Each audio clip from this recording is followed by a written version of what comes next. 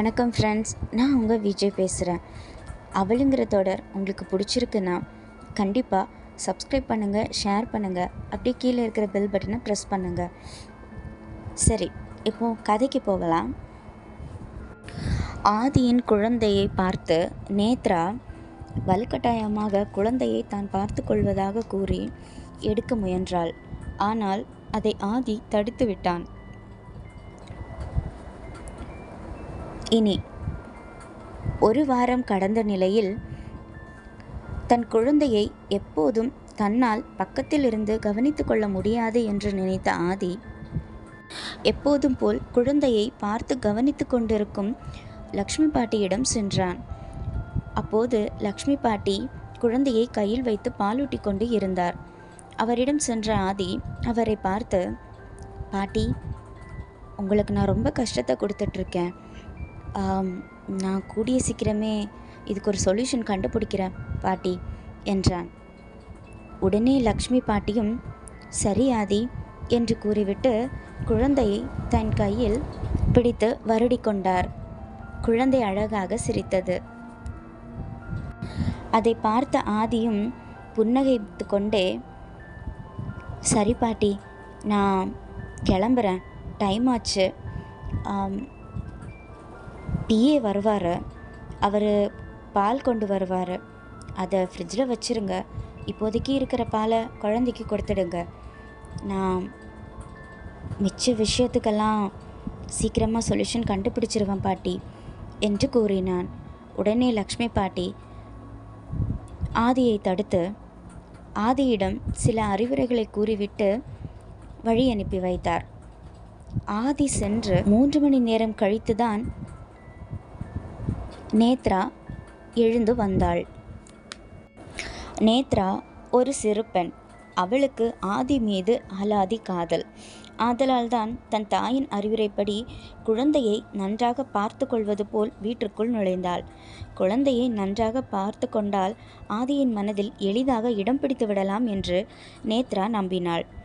ஆனால் அவளுக்கு தெரியவில்லை, அவளால் ஒரு சிறு பிஞ்சை பார்த்து கொள்வது அத்தனை எளிதல்ல என்றும், அது இவளால் இயலாது என்பதை ஆதி எப்போதோ கணித்து விட்டான் என்றும். ஆதலால் ஆதி குழந்தைக்காக பால் கொடுப்பதற்கு வேறொரு பெண்ணை தேடிக்கொண்டு இருக்கிறான் என்பதை நேத்ரா அறிந்திருக்கவில்லை. ஆதி பல இடங்களில் விளம்பரம் கொடுத்திருந்தான். தன் நண்பர்கள் வட்டாரத்திலும் சொல்லி வைத்து விட்டான். ஆனால் தற்போது வரை ஆதியின் குழந்தைக்கு பாலூட்ட ஒரு தாய் கிடைக்கவில்லை. அந்த விரக்தியில் ஆதி தன் நண்பர்களுக்கு கால் செய்து தங்கள் எப்போதும் சந்திக்கும் அந்த பாருக்கு வர சொல்லியிருந்தான். ஆதியின் நண்பர்கள் விக்ரம், பிருத்வி மற்றும் ஸ்ரீராம் என்பவர்கள் ஆவார்கள். ஆதிக்கு இவர்கள் 3 தான் நண்பர்கள். ஆதி வருவதற்கு முன்பே இந்த 3 நண்பர்களும் அந்த பாருக்கு வந்திருந்தனர். 3வரும் ஒரு சோஃபாவில் அமர்ந்தவாறு பேச ஆரம்பித்தனர். விக்ரம், ஏண்டா மச்சான், ஆதி இன்னைக்கு நம்மளை பார்க்கணுன்னு சொல்லியிருக்கான். ஏதாவது முக்கியமான விஷயமா இருக்குமா? உனக்கு ஏதாவது தெரியுமாடா என்று கேட்டான். பிருத்வி, அட என்னடா சொல்கிற, உனக்கே தெரியல, எனக்கு மட்டும் எப்படிடா தெரியும் என்றான். ஸ்ரீராம், ஆதி கொடுத்து வச்சவன் தாண்டா, இன்னொரு கல்யாணம் பண்ணிக்காமலேயே அவனுக்கு வாரிசு வர வச்சிட்டான் பாத்தியா? நமக்கு தான் இன்னும் ஒன்று கூட அமையலை. இவர்கள் பேசிக்கொண்டிருக்கும் இந்த நேரத்தில் பாருக்குள் நுழைந்தான் ஆதி. ஆதியை பார்த்ததும் 3வரும் சிரித்து கொண்டே வாடா என்று அழைத்தனர். உள்ளே நுழைந்த ஆதி அவர்களிடம், சாரிடா, கொஞ்சம் லேட் ஆயிடுச்சு என்றான். பிருத்வி, வாடா ஆதி, என்ன விஷயம் சொல்லு, நீ பார்க்க ரொம்ப வித்தியாசமாக வேற தெரிகிற, ஏதாவது முக்கியமான விஷயமா? எதுவாக இருந்தாலும் சொல்லு என்றான். உடனே ராம், உன் முகத்தில் குழந்தை வந்ததுக்கான சந்தோஷமே தெரியலையேடா, என்னாச்சு இவ்வளோ டல்லாக இருக்க என்று கேட்டான் சந்தேகமாக. ஆதி கோபமாக, எல்லாம் அந்த பொண்ணால தான். அவ மட்டும் குழந்தைய பெற்றதும் செத்து போகாமல் இருந்துறாந்தானா என் பிள்ளைக்கு இந்த நிலைமை வந்திருக்காது என்று கூறிவிட்டு வெயிட்டர் தனக்கு முன்னால் ஒரு கிளாஸில் ஊற்றிய அந்த மதுவை கையில் எடுத்தான். அவனை திரும்பி பார்த்த பிருத்திவி, சரி ஆதி, இதுதான் உன் பிரச்சனையா? நான் கூட என்னமோ ஏதோன்னு பெருசாக பயந்துட்டேன் என்று அலட்சியமாக கேட்டான். உடனே ஆதி அவனை பார்த்து, ஏன் கஷ்டம் உண்டாது, உங்களுக்கு என்னடா தெரிய போகுது என் பிரச்சனை என்னன்னு? அவனுக்கு வந்தாதாண்டா தெரியும் என்றான். உடனே சிரித்த பிருத்திவி, சரிடா மச்சான், சரி நான் உனக்கு ஒரு சொல்யூஷன் சொல்கிறேன், ஓகேவா? நான் ஒரு சேலஞ்ச் பண்ணுறேன் உனக்கு.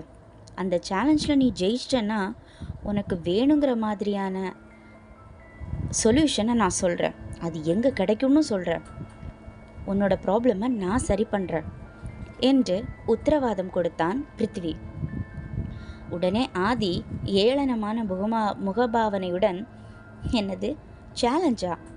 உனக்கு என்னை பற்றி தான் தெரியுமேடா, சேலஞ்செல்லாம் எனக்கு லட்டு திங்கிற மாதிரி என்று கூறிவிட்டு தன் கையில் இருந்த மதுவை சிப் செய்தான்.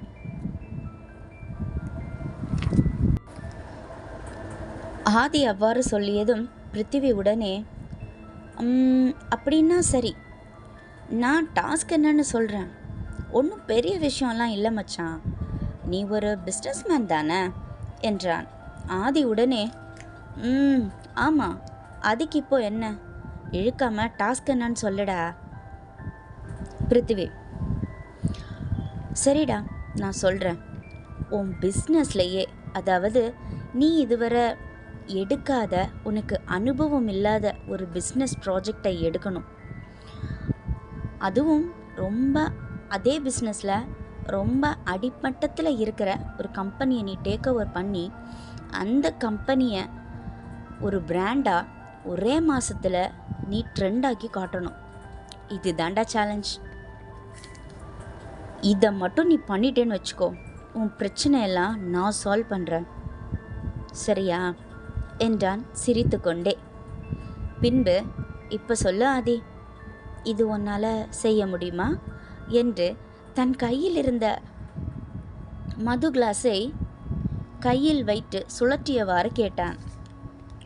உடனே ராம், என்னடா நீ, ஒரு மனுஷன் ஒரு விஷயத்தில் ஆர்வமாக இருந்தால் கூட அதை கற்றுக்கிறதுக்கே கொஞ்ச நாள் பிடிக்கும்டா.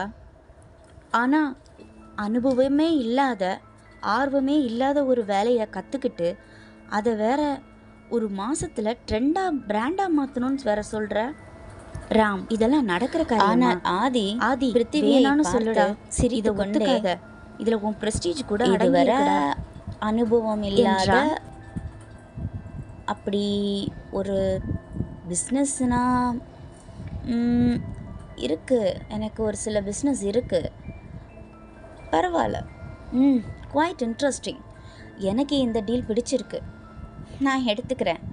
அண்ட் இது நான் ஒரு மாதம் இல்லை, அதுக்கு முன்னாடியே, அதாவது நீ கொடுத்த டைமுக்கு முன்னாடியே முடிச்சு காட்டுறேன் என்று கூறிவிட்டு தன் கையில் மீதமிருந்த மதுவை வாயில் ஊற்றினான். பின்பு பிருத்திவியை பார்த்து, இதுக்கப்புறம் நான் பார்த்துக்கிறேன், நீ எனக்கு வேண்டியதை தயாராக வச்சுக்க என்று கூறிவிட்டு சிரித்தான். அதன் பிறகு அவனது நண்பர்கள் மூவரும் ஒன்றாக பேசி சிரித்து கொண்டும் ஒருவரை ஒருவர் கலாய்த்து கொண்டும் அந்த இடத்தை சற்று நேரம் கலகலப்பாக மாற்றியிருந்தனர். அதன் பிறகு ஆதி வீட்டிற்கு செல்லாமல் அங்கேயே அறை எடுத்து தங்கிவிட்டார்கள். இவர்கள் நால்வரும் எப்பவாவது தான் இந்த பாருக்கு வருவது வழக்கம். அவ்வாறு வந்துவிட்டால் சந்தோஷத்திலோ இல்லை சோகத்திலோ நன்றாக குடித்து மட்டையாகிவிட்டால் அங்கேயே ரூம் எடுத்து அங்கேயே தங்கிவிடுவார்கள். இதுதான் இவர்கள் வழக்கம் என்பதால் யாரும் அதை குறை சொல்லவோ குற்றம் சொல்லவோ மாட்டார்கள். இப்போதும் அதே போன்றுதான் நடந்தது. நால்வரும் ஒரு அறையை எடுத்து அங்கே தங்கியும் விட்டனர். ஓகே ஃப்ரெண்ட்ஸ், நெக்ஸ்ட் எபிசோடுக்கு வெயிட் பண்ணுங்கள். Thank you so much. பாய்.